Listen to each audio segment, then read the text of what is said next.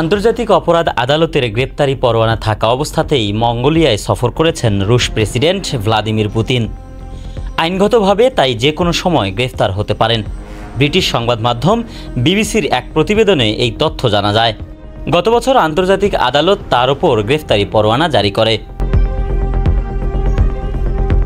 ওই গ্রেপ্তারি পরোয়ানা জারির পর প্রথমবারের মতো আইসিসির কোনো সদস্য দেশে পা রাখলেন তিনি। স্থানীয় সময় মঙ্গলবার মঙ্গোলিয়ার রাজধানী উলানবাটরে পা রাখেন পুতিন। তার এই সফরকে ঘিরে কয়েকদিন ধরেই উত্তেজনা বিরাজ করছিল। ইউক্রেনের পক্ষ থেকে তাকে গ্রেফতারের দাবি তোলা হয়েছিল। আইসিসির একজন মুখপাত্র জানিয়েছেন, পুতিনকে গ্রেফতার করতে মঙ্গোলিয়া বাধ্য, কারণ তারা আইসিসির সনদে স্বাক্ষর করা দেশ। তবে পুতিন উষ্ণ অভ্যর্থনাই পেয়েছেন মঙ্গোলিয়ায়। ভ্লাদিমির পুতিনের এই সফরকে কেন্দ্র করে সেখানে জমকালো অনুষ্ঠানের আয়োজন করা হয়। দেশটির শীর্ষ নেতারা পুতিনকে স্বাগত জানান।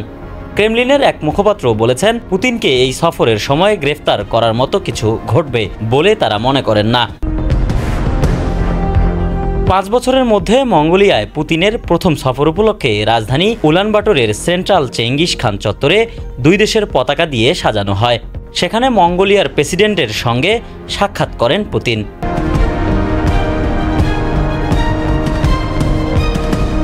একেম সুমন, সকালের বাণী।